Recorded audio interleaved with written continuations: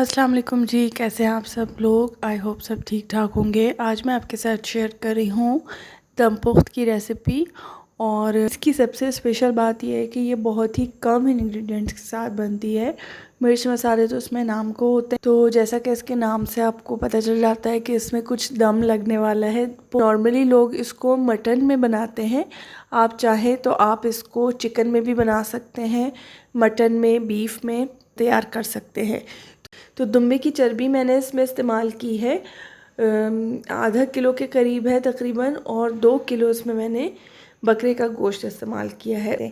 तो सबसे नीचे मैंने जो चर्बी थी दुम्बे की उसकी एक तह लगा दी है, उसके ऊपर गोश्त रख दिया है, नमक थोड़ा सा ऊपर से छिड़क दिया है और थोड़ी सी काली मिर्च ऊपर से छिड़क दी है।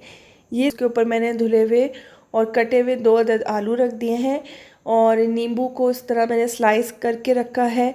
आप चाहें तो आप नींबू इस्तेमाल करें, नहीं करना चाहते तो आप इसकी जगह सिरका ऐड कर लीजिए, जो वाइट विनेगर होता है, या सेब का सिरका अगर आप यूज़ करते हैं तो 2 से 3 चम्मच आप वो इसमें डाल लीजिए। हरी मिर्च साबुत मैंने रख दी हैं इसमें, और अदरक को मैंने बारीक कुतर लिया है, वो इसमें तकरीबन 1 खाने का चम्मच मैंने ऊपर से डाल दी है। लहसुन को भी बग़ैर छीले उसके 5-6 जवे आप इसमें डाल दीजिए। इसके अलावा इसमें कुछ भी नहीं जाएगा। अगर आपको पसंद है तो आप इसमें टमाटर ऐड कर लें, लेकिन मुझे इतना कोई ख़ास उसका फ्लेवर अच्छा नहीं लगता। हरी मिर्चों और नमक के साथ इसका बहुत बेस्ट जायका आता है।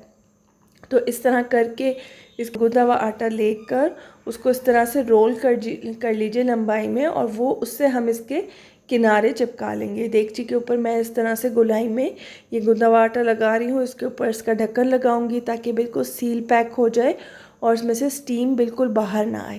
उसके बाद इसको मैंने चूल्हे पर ही बनाया है। चूल्हे पर इसको मैंने तेज़ आंच पे पहले रख दिया है और इसके नीचे तवा रखा है ताकि ये जले नहीं नीचे। तेज़ आंच पर इसको मैंने 5 से 10 मिनट तक रखा है ताकि तवा अच्छी तरह से हीट अप हो जाए और अंदर स्टीम बनना शुरू हो जाए। उसके बाद इसको बिल्कुल हल्की आंच पर, जैसे हम मोटी आंच कहते हैं, उस पे इसको तकरीबन 45 मिनट तक इसको मैंने बिल्कुल हल्की आंच पे दम पे छोड़ देना है। हाँ, अगर आप गाय का गोश्त यूज़ कर रहे हैं तो आपने इसको 1.5 घंटे तक रखना है।